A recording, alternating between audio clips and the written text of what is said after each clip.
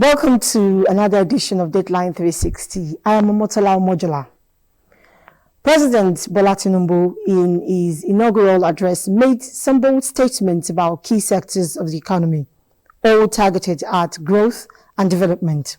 In this episode, our beat correspondents analyze the presidential address by sectors to bring better understanding to the issues and the likely impact on society. Thanks for joining us.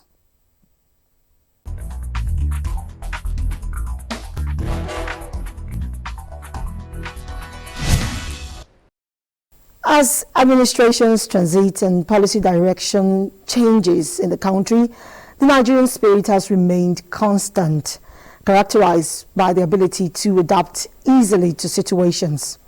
Examining the takeaways from the president's inaugural speech, Onozo Yakubu reports that the resilient spirit of Nigerians has been activated.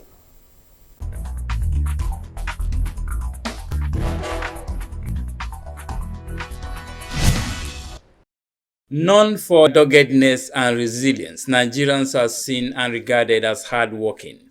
Their commitment, despite all odds in all spheres of endeavor, is a testament that they are indeed the giant of Africa, hinging on their unity in diversity as the Nigerian factor of attaining prosperity. The tasks ahead of the 16th Nigerian leader are enormous, but the president is hopeful and counting on the buy-in of the people with the ever-robust spirit of hope, resilience, and hard work, which are time-tested and proven. We expect changes, and these are painstaking changes that must be done in order to achieve his objective, to strengthen the system in order to have a virile administration. We expect also to keep telling people, to make people to understand that it is only when you work in tandem with the system that we will have success. The government came in with good intention, and part of what he has started implementing now is the removal of the subsidy, which just a few groups have been enjoying. But we believe also he will come out with other policies that will cushion the effect of the subsidy. The problem of Nigeria that all people talking about is leadership for all this while. So if we get leader who can take care of the people and who can show the way, by the God grace we are praying, we get much more different changes that would affect the life of the whole citizens of this country. Experts are already advocating a direct link between government and the people to create the linkage necessary for the connection. Some FCT residents are, however, optimistic that the president's Renew Hope mantra will come to reality as the nation's progress rubs off on the entire continent and, by the extension, the black race. The renewed hope we're talking about is reality, is here now. I look forward with hope that this time around, a lot of the things that Nigerians are yearning for will materialize. Bola Tinubu is, will I say, is a special person, in the sense that whatever he says that he wants to do, he is somebody who, before he say it, he already know what he wanted to do. He has a plan. He has already looked at it. Before he say it out, he know, okay, he has this problem, how do you go about it? He know whom to work with and achieve whatever he wants to. So whenever he say anything, he's not just saying it at that moment. It's not that somebody whisper it to him. He must have worked on it. He must have looked at it. He must have seen how that problem is going to solve before, because he always wants to be held by his word. But one thing I want everybody to understand that is a dual process and it's a dual responsibility. Who will be responsible, and the presidency and the government at large, from the most important to the least important. What he has done in Lagos, from there we can judge him. So if he comes to the federal level with that mind, definitely, if he can combine a very formidable team economically, then there is hope. The president, during the inaugural speech, promised to govern Nigerians and not to rule over them. Well, Nigerians are waiting. Onoze Yakubu for Dateline 360.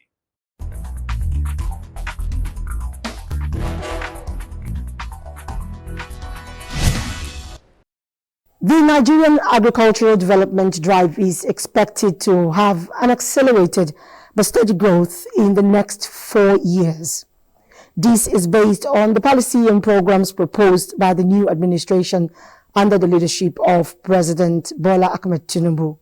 Our agriculture correspondent takes a look at some of the proposed policies and programs and what will be the impact on the nation's food production as well as the life of smallholder farmers.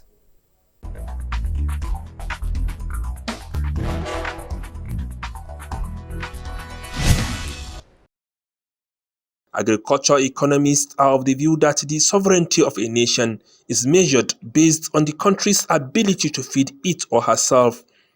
Nigeria, apart from a sovereign nation, the country is not also dependent on other nations for staple food. This, however, is not without challenges in areas of production, storage, processing, and marketing.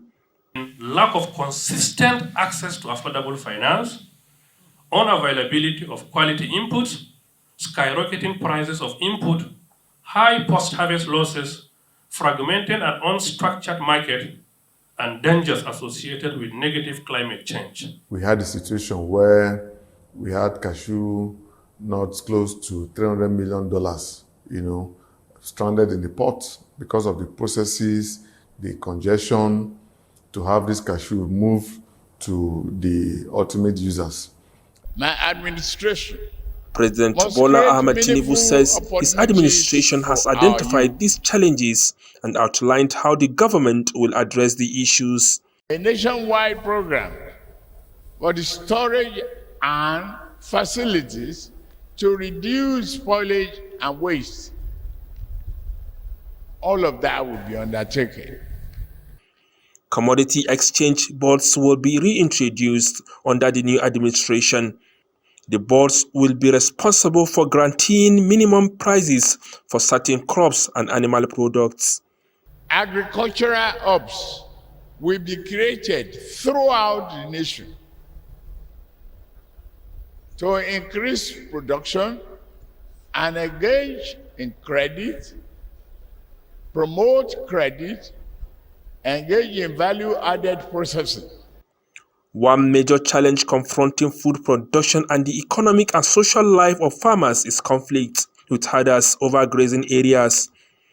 President Bola Tinubu says the issue will be addressed through a modern approach to livestock rearing.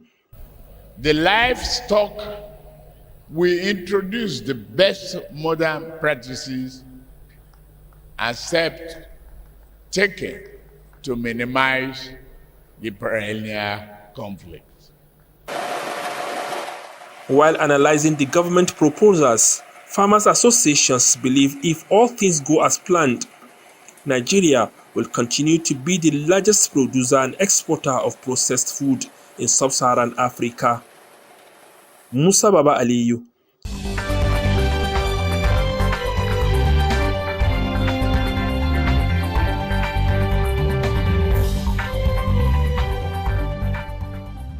That their educational deprivation is not the end of the world. Agencies and stakeholders to proactively tackle these challenges. Women in most countries of the world constitute about 50% of registered voters. Henry Williams, reporting for Dateline 360. In Jos, Caleb Gochin, Dateline 360. Dateline 360. Shidi Okrafo. For Dateline 360. In Lagos, Michael Olaleye. Reporting for Dateline 360. I am Omotola Omojola. Thanks for tuning in.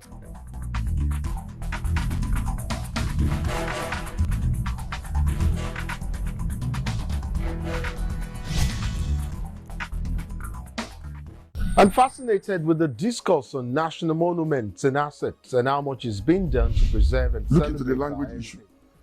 We have turned English to become like a pride value in our own cultural values. It's not cash transfer.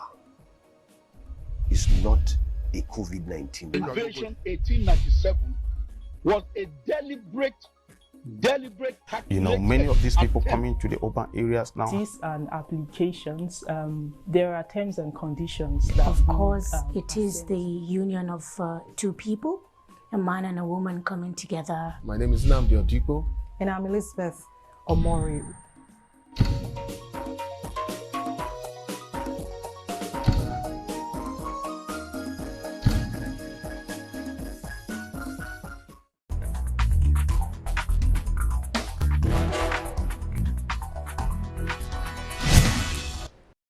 Now, series of steps to be taken by the Tinubu administration to position the country on the path to economic growth, stability and prosperity were highlighted in his inaugural address.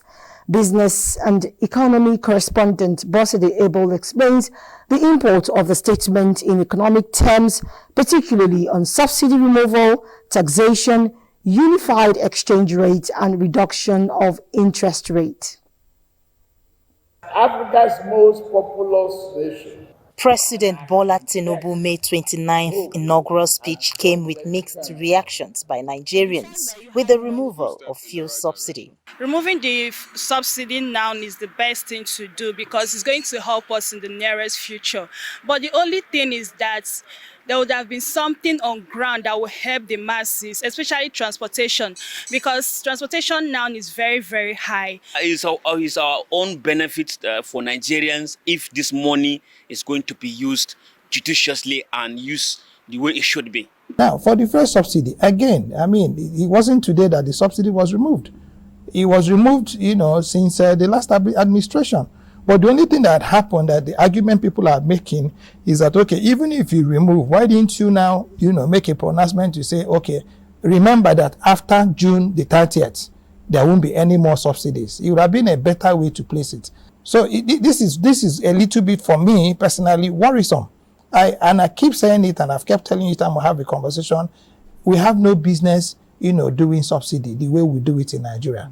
Because as long as you're doing subsidy or putting subsidy to something that's already produced, what you're doing is you're doing what they call price differentials. Subsidy must be introduced, along the lines of production if it's going to be effective. So if you're removing price differentials, there must be some kind of system. Some people will call it social protection, some people will call it social services. There has to be something that will cushion this effect. Meanwhile, the International Monetary Fund (IMF) retained its growth forecast for the Nigerian economy in 2023 at 3.2%. However, President Bola Tinubu during his inaugural speech assured Nigerians of a 6% projection growth that will be achieved through budgetary reforms to stimulate the economy without endangering inflation, which at present rose to 22.22% in April from 22.04% in March. I assure you, my administration must create meaningful opportunities for our youth. We shall honor our campaign commitment of 1 million jobs and the digital economy. Most central banks around the world are tightening monetary policies in response to rising inflation, initially caused by high goods and energy prices, as well as bottlenecks in global supply chains.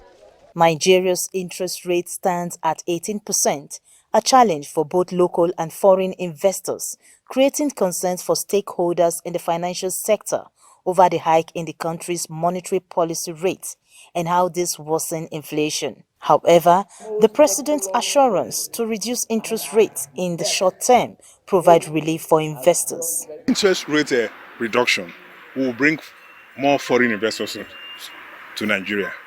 So I believe with that policy, we are good to go. Nigerians will be very happy.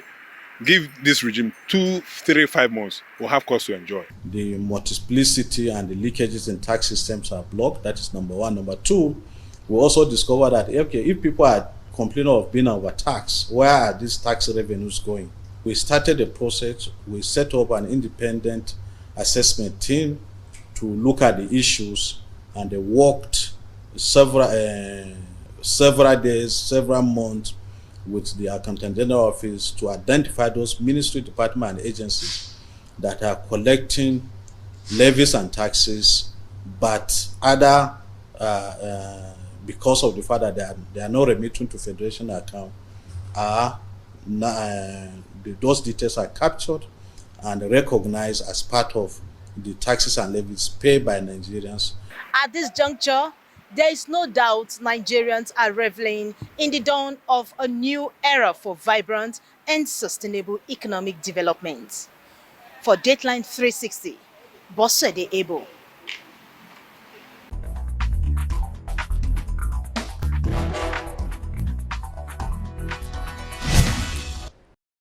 Now, the removal of subsidy on petroleum has put an end to what experts call the longest battle to the only product draining government resources in the petroleum downstream sector, PMS, also known as petrol. This is more so that despite government efforts, the price of petrol across the country had in the real sense never been the same. Lydia Sampson reports. Before I assume office, and what I've heard is that no provision is there for fuel subsidy. Before the pronouncement by President Bola Ahmed Tinubu in his inaugural address that subsidy is gone, his predecessors had attempted to remove subsidy but had bowed to pressure and agitation from labor unions and interest groups. Unfortunately, this had continued eating deep into the economy, with Nigerian government indirectly subsidizing neighboring countries as Nigeria's fuel before subsidy removal was cheapest and mostly smuggled out of the country. All that is history now, as smugglers are beginning to bring back smuggled petroleum to the country. Now, most motorists are applauding government's decision. We are just seeing different prices. So some are selling 600, some you just see differently. I'll have to calculate my movement, because if I should get full tank now, I will have to think before leaving the house. I'll make sure that that thing I'm going to do is going to be profitable before I go out. I will not just go out anyhow. We have to let it go. What go? The fuel subsidy removal now. Yes, this is for our own good, and I guess this decision that the president is taking is a very good decision.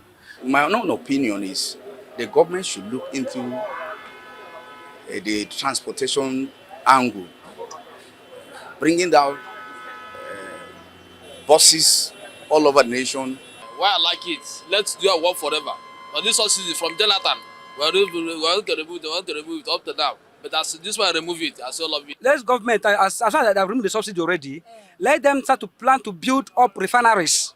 This is not denying that there are visible challenges, as others call for patience and understanding. The leaders should know the best thing. If it's good for us, they should go ahead. Whatever will be good may not be easy, but let's be patient. All will be well. For key players, it is simply not feasible subsidizing petrol to the tune of 400 billion monthly, especially since the subsidy directly favored the privileged with more than one car and large fuel consumption capacity. The Mr. President's pronouncement was in tandem with the provision of the PIA, which provided that subsidy should be removed by February 2022.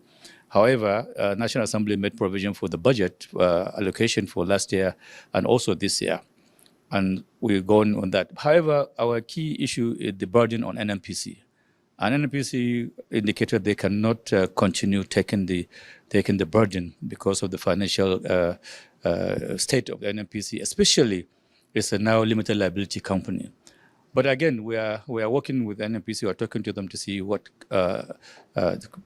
action can they take in order to continue as a supplier of last results to be able to address this situation. The persistent inability of the Federation to offset NNPC's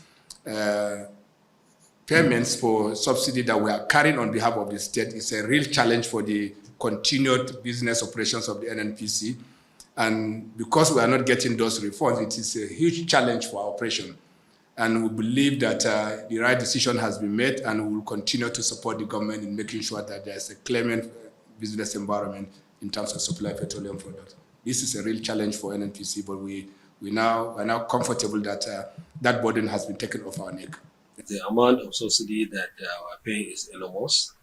So when there is full deregulation, it means we have to pay some money for other. Otherwise, the income government will not have any money to do any other thing, especially because the even average daily production of the crude has gone down. So we expect that there will be food regulation, and so many changes will come as a result of that food regulation. They are emphatic that as the free market dynamics continue to unfold, the economic benefits that will free funds will ensure stability, efficiency, and competitiveness across the value chains. In Abuja, Lydia Sampson.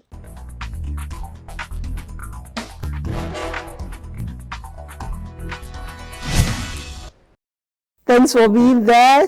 Join us next week as we hope to bring you another interesting package. I am Omotola Omojola, and on behalf of the production crew, I say thank you for your time. May God bless Nigeria.